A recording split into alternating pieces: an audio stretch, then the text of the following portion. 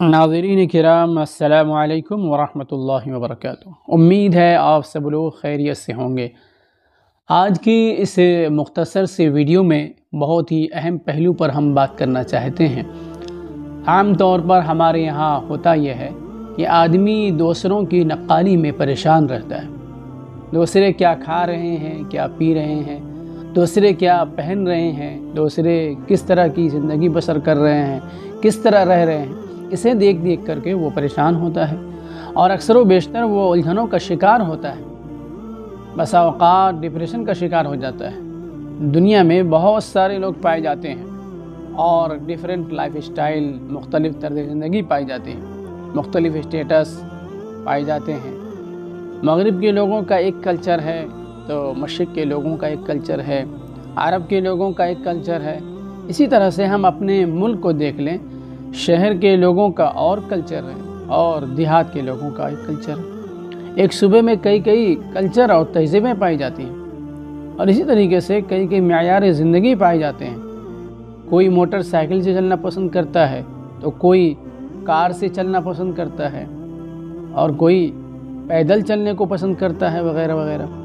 آدمی کو یہ دیکھنا چاہیے کہ اس کی حیثیت کیا ہے، اس کی کیپیسٹی کیا ہے، اس کی آمدنی کے ذرائع کیا ہیں اور کتنے ہیں، اور کس طرح کے علاقے میں رہ سکتا ہے، کس طرح کی کالونی میں وہ رہ سکتا ہے، کس معیار کی اور کس اسٹینڈرڈ کی زندگی وہ گزار سکتا ہے۔ آدمی کو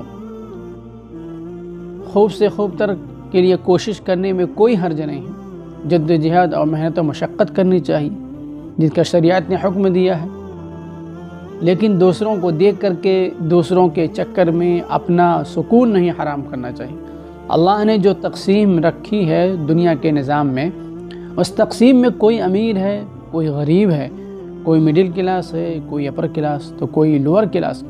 تو جب بھی انسان دوسروں کی طرح بننے کی کوشش کرتا ہے تو وہ پریشان ہوتا ہے، ڈپریشن کا شکار ہو جاتا ہے، اس کا سکون غارت ہو جاتا ہے، اس کی زندگی سے اطمینان اور چین جو ہے وہ دور ہوتا چلا جاتا ہے۔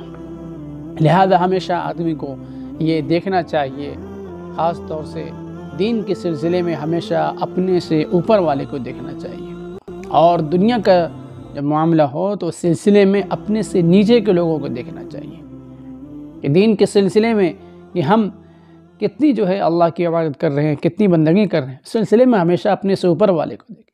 اور دنیا کے سلسلے میں کہ اگر اللہ نے ہمیں 2 وقت کی روٹی نصیب کی ہے تو ہم یہ دیکھیں کہ ہم سے جو ہے نیچے کے لوگ ہیں، ان کو 1 وقت کا کھانا میسر ہے، 1 وقت کا کھانا نصیب ہو رہا ہے۔ تو اس سے کیا ہوگا کہ ہماری زندگی میں سکون آئے گا، صبر اور شکر کی ہمارے اندر صفت پیدا ہوگی، اس کے ساتھ ہم زندگی گزاریں گے تو ہماری زندگی میں چین اور سکون نصیب ہوگا اور اللہ کی تقدیر پر ہم راضی رہنا پسند کریں گے، راضی رہ پائیں گے۔ السلام علیکم۔